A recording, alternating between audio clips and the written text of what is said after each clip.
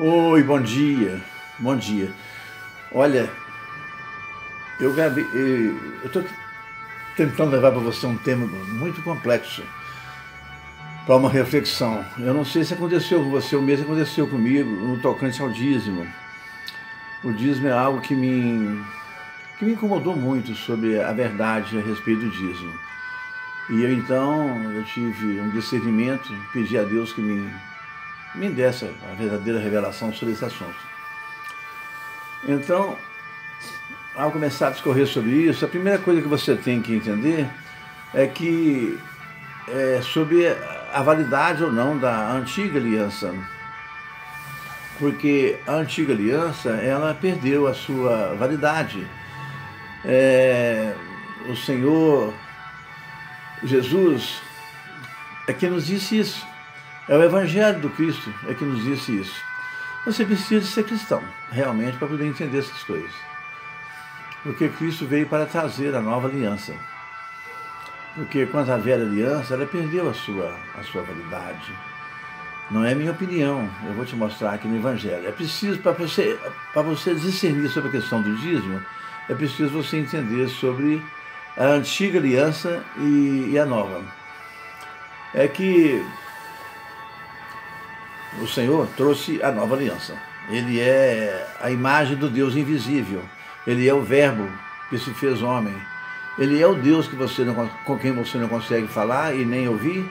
Então ele trouxe a sua própria voz para poder interagir com você. Então o Senhor é tudo isso para nós. E então quem nos disse isso é o Evangelho. O capítulo 1 de Hebreus, versículo 1, diz que, havendo Deus outrora falado de muitas e muitas formas e maneiras através dos profetas e da lei, aprove nos últimos dias, isso há 2000 anos atrás, já nos falar através do seu Filho, a quem designou e constituiu como herdeiro de todas as coisas. O livro de João também, capítulo 1, fala que Cristo é o Verbo que se fez homem. Então, se você quiser ouvir a voz de Deus, você tem que ouvir a voz de Cristo. E em Hebreus ainda, você vê que ele fala que a primeira aliança perdeu a sua validade. É em Hebreus 8, de 6 a 13. Essa Bíblia que você carrega debaixo do seu braço, está aí, no capítulo 8 de Hebreus, de 6 a 13, você vai discernir a respeito dessas coisas. Então lá fala que a primeira aliança perdeu a sua importância, pois Deus a mudou. Pois se a primeira aliança tivesse sido boa, então não haveria necessidade da segunda aliança. Então lá fala com essas palavras que eu estou dizendo aqui agora. Lá fala que a primeira aliança, ela perdeu a sua finalidade porque o povo não a obedeceu, não atinou para ela. E Deus fala, então eu mais não me atentei para o meu povo. E a nova aliança não será igual à primeira. E continua falando muitas coisas sobre a nova aliança e a diferença da nova para a velha. E por último, ele completa. Ao se falar nova aliança, se torna velha a anterior. E por se tornar velha, ela se tornou antiquada. E por ser antiquada, está prestes a desaparecer. Então a nova aliança não tem mais finalidade para nós. Você falou, irmão, essa é a sua opinião. Eu estou mostrando que não é. É o Evangelho que nos diz isso. Compara isso a aquela televisão antiga que você tinha, aquela pesadona de válvula. Ela não foi revogada. Talvez alguém até ainda tenha dela ainda. Mas você a quer? Não quer. Porque a nova aliança é mais perfeita. Ela supera em muito, ela vai muito além. A justiça dela excede em muito a da lei e a dos profetas. Então não é questão de ser revogada, mas é questão de que ela foi superada. A nova aliança é melhor. É como aquele celular antigo. Você lembra do primeiro celular que vinha? Ele pesava meio quilo. Até ultimamente tinha aquele pequenininho também. Ninguém quer aquilo mais. Mas aquele celular não existe ainda? Existe. Mas ele perdeu a finalidade, porque ele ficou antiquado. E por ser antiquado, tal como está lá no livro de Hebreus 13, está prestes a desaparecer. É isso. Sobre isso nós falaremos ainda na outra mensagem. Hoje eu quero falar então sobre o dízimo. Em Lucas 16, de 16 e 18, Jesus o Cristo diz que a antiga aliança dos profetas duraram até João Batista. E daquele instante e momento que estava sendo pregado o Evangelho do Reino. Então isso é maravilhoso. É preciso que a gente entenda essas coisas. Olha, na carta aos Romanos, o apóstolo Paulo fala que o fim da lei, o fim da antiga aliança, o encerramento da antiga aliança é Cristo. Elas duraram até Cristo. De Cristo para cá é a nova aliança.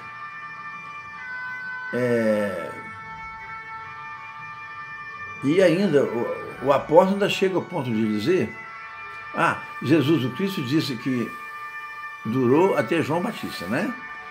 E o apóstolo Paulo então disse que se qualquer, até mesmo um anjo, se viesse para poder ensinar coisas diferentes do que essas, então é do mal, é do diabo. Seja anátema, quer dizer que seja excomungada essa pessoa, que seja maldita essas palavras. Por que eu estou falando isso? É para você entender que o dízimo faz parte de um instituto que não prevalece mais. Quando Jesus diz que o Evangelho, a lei e os profetas vigoraram até João Batista, é porque não vigora mais, perdeu a sua finalidade. Então, junto com esse pacote todo está o dízimo. Bom, por quê? As religiões, elas cobram de você o dízimo, como se você devesse alguma coisa, tal como era na era da lei. Conversando com um rabino, Jacques Kuckerkorn, ele disse que não tem mais lugar do dízimo, nem mesmo o judaísmo, porque não há mais levitas, não há mais sacerdotes, não há mais templo, não há mais sacrifícios.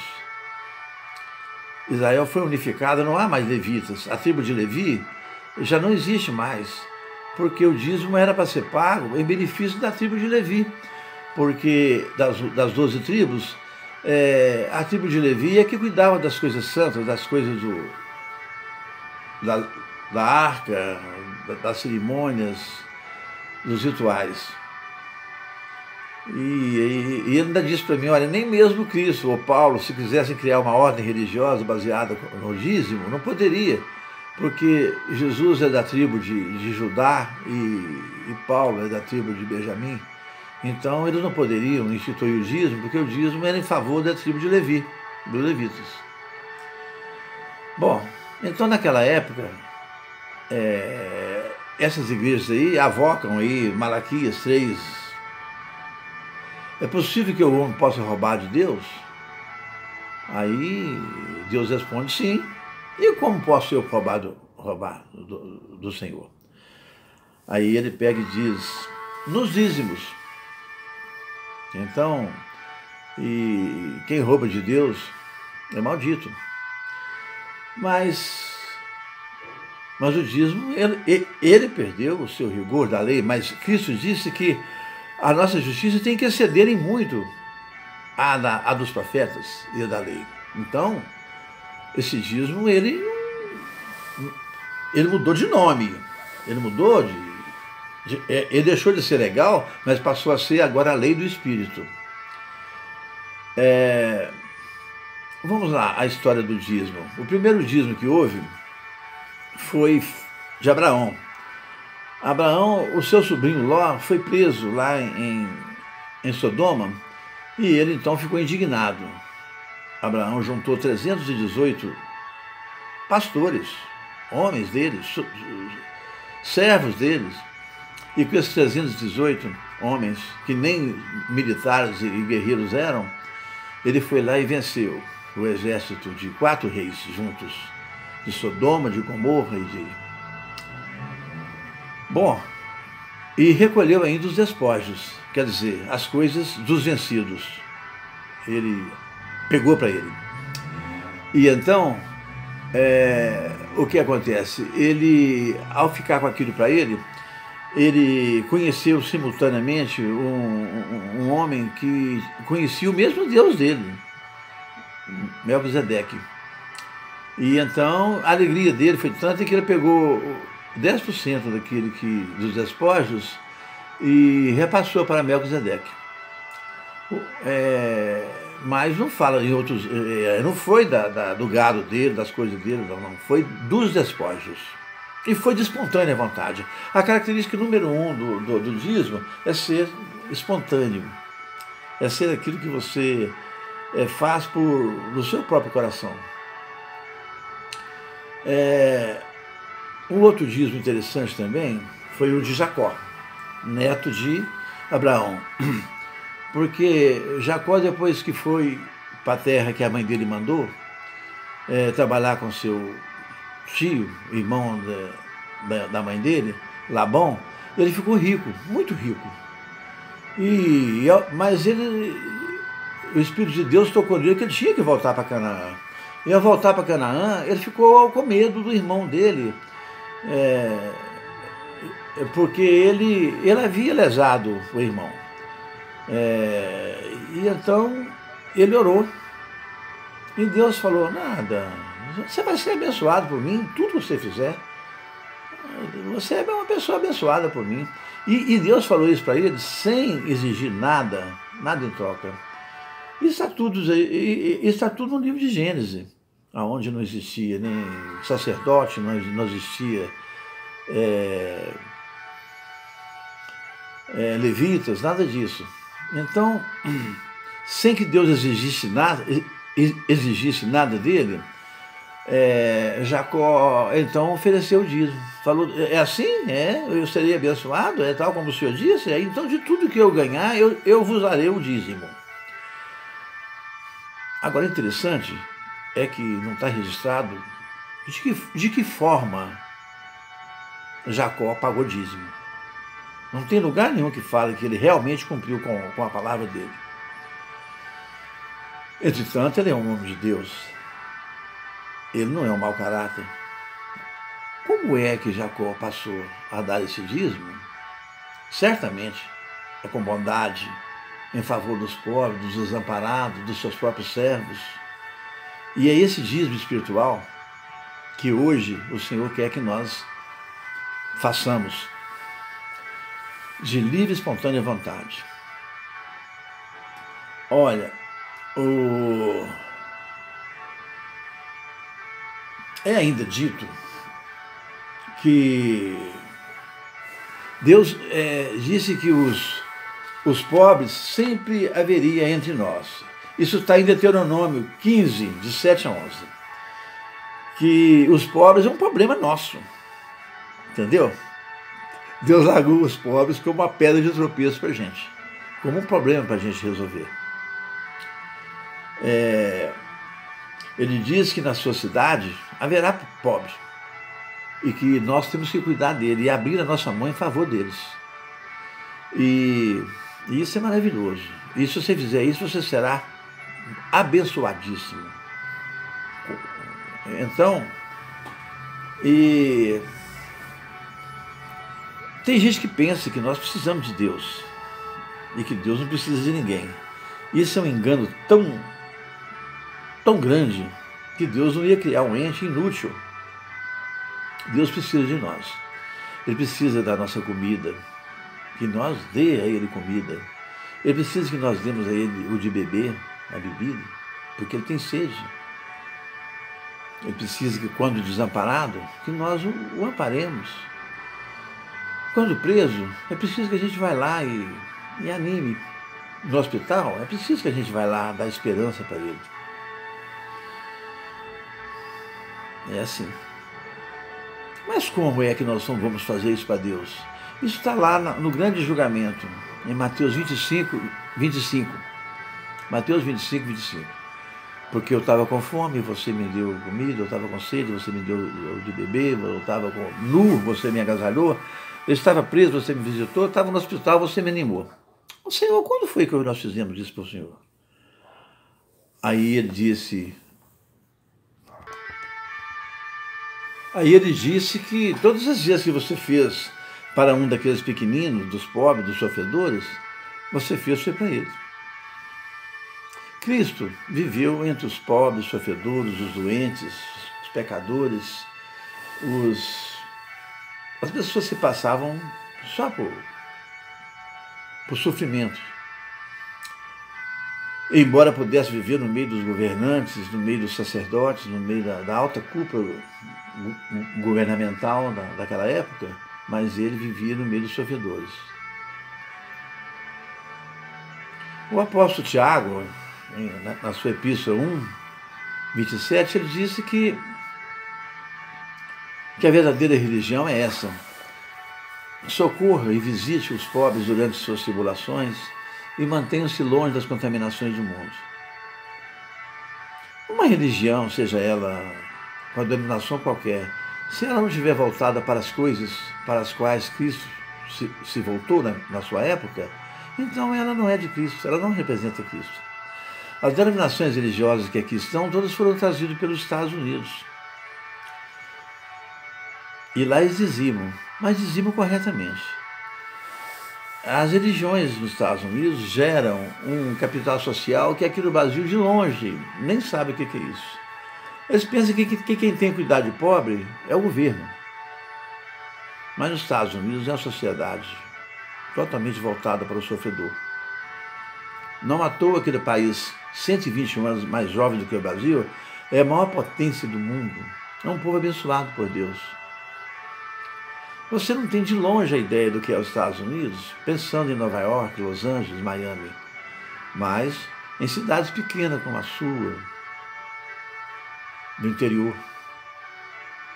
Formiga, Ipatinga, Divinópolis, Itaúna. Aí sim, você vai ver o que é a sociedade americana. É um país onde tem thrift stores. Thrift stores são lojas enormes, só de coisa para pobre. Você mobília uma casa, compra roupa, enche o guarda-roupa com alguns dólares na mão. Lá tem o Exército da Salvação, Salvation Army. Esse povo está sempre socorrendo os pobres. Lá tem a Goodwilling, que corresponde à Legião da Boa Vontade aqui, sempre socorrendo os sofredores. Isso sem contar essas instituições que vêm de lá, né, tipo Médicos Sem Fronteira, que socorre o mundo inteiro, Rotary, Lions, aquela IMCA, quer dizer, Associação Cristã de Moços, tudo voltado para socorrer o jovem. Enfim, aqui no Brasil, as religiões não geram capital social, não se envolvem, não amam o próximo. Porque o próximo a ser amado é aquele de quem você se aproxima. E não é sua mãe, seu pai, seu vizinho, seu amigo. Porque isso aí os bandidos também têm. Então, o próximo é daquele de quem você se aproxima dele. Então, o problema do dízimo aqui no Brasil é que, além de te cobrarem algo que não existe, empregam-no muito mal. Cobram o dízimo e não dão ainda a destinação correta, que é daqueles que têm o coração compungido por aquilo que compungia o coração de Cristo. Você vê que não há finalidade de você dizimar segundo a vontade de Deus, porque aquelas coisas não é para poder enriquecer pastor e fazer mais um templo, construir templos. Nós não estamos nessa era mais não, irmão. O templo hoje é você. Então hoje nós devemos ainda ter o sentimento do dízimo, que é a espontaneidade em abrir a mão a favor dos que sofrem. Não ficar dando uma moedinha aqui ali no sinal de trânsito para poder ficar livre do pedinte, mas se envolver mesmo com o sofredor da sua cidade, do seu bairro. Então, você tem que pedir o Espírito Santo primeiro para dilatar o seu coração em favor do próximo, para amar mais o próximo. Ajudar qualquer organização filantrópica. Já que a sua igreja não se organiza, você então cobra isso deles. Montar uma creche, uma coisa qualquer, fazer uma coisa em favor dos que sofrem. Cristo foi o maior filantropo que já existiu entre nós. Ele vivia no meio dos sofredores, da sociedade pobre. Se na sua congregação não há essas coisas, na sua igreja, levanta lá e fala: ô pastor, deixa eu falar uma palavra aqui. O senhor, ele era filantropo, nós não fazemos nada de filantropia, nós não temos nada com os pobres. Se ele chamar a sua atenção, você bate a poeira dali e saiba que ele vai chamar a sua atenção. Ele vai falar que a obra de Deus é aquilo ali, é ficar ali, levar dinheiro ali, pagar o pastor, cuidar daquilo que ele chama de igreja, né?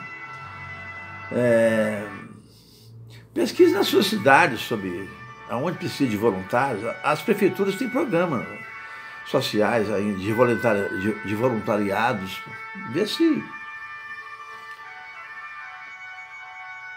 participe mais de reunião dos bairros, dos amigos do bairro, de reuniões sociais, para você ser mais participativo, senão... Porque a união faz a força, é o colegiado, é a congregação que tem poder de mobilização, de fazer alguma coisa. Foi para isso que Paulo instituiu as congregações religiosas, as igrejas de Corinto e tal, para poder trabalhar a obra. É assim que eles faziam. Socorrendo aqui, ali, acolá, era assim que era. Visite os asilos da sua cidade, os albergues. Ah, não, mas ali quem cuida daquilo lá é católico. E daí? Se some aquilo ali. Se a sua igreja religiosa aí não faz nada, vai aonde já tem alguém fazendo e se some a eles. Não é? Asilos de velhos, essas coisas precisam. Doa em favor de hospitais que estão aí quase fechando. Quantos hospitais nós já não fecharam? Na minha cidade mesmo, Mateus lembra, fechou um. Ninguém ajuda. Não pega um carnê. Era só a cidade pegar um carnê de participação e manter o hospital aberto. Hospital do Câncer, Santa Casa de Misericórdia em Belo Horizonte, anda ruim das pernas. Hospital da Baleia. Não tem que ajudar essas instituições. Se você é professor, é professora, é bom em matemática, dá aula de graça para as pessoas, para os filhos dos pobres que não têm condição de pagar professor particular. Esses programas de restauração de vidas dos drogados, isso é ótimo, isso é bom. Desde que haja seriedade ali mesmo, é muito bom. Quando você ouvir falar de catástrofe no mundo, mande dinheiro, ligue, procure apoiar. Esse é o novo dízimo, e esse é o verdadeiro dízimo. E aí é para essa finalidade que Deus instituiu o dízimo. Fique com Deus.